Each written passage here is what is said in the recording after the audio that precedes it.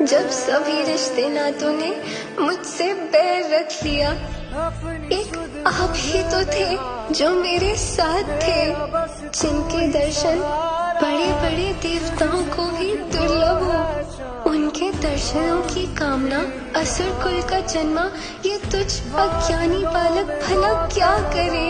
मैं इस योग्य तो नहीं कि आप मुझसे मिलने आए, परंतु फिर भी आपको देखना चाहता हूँ नाथ।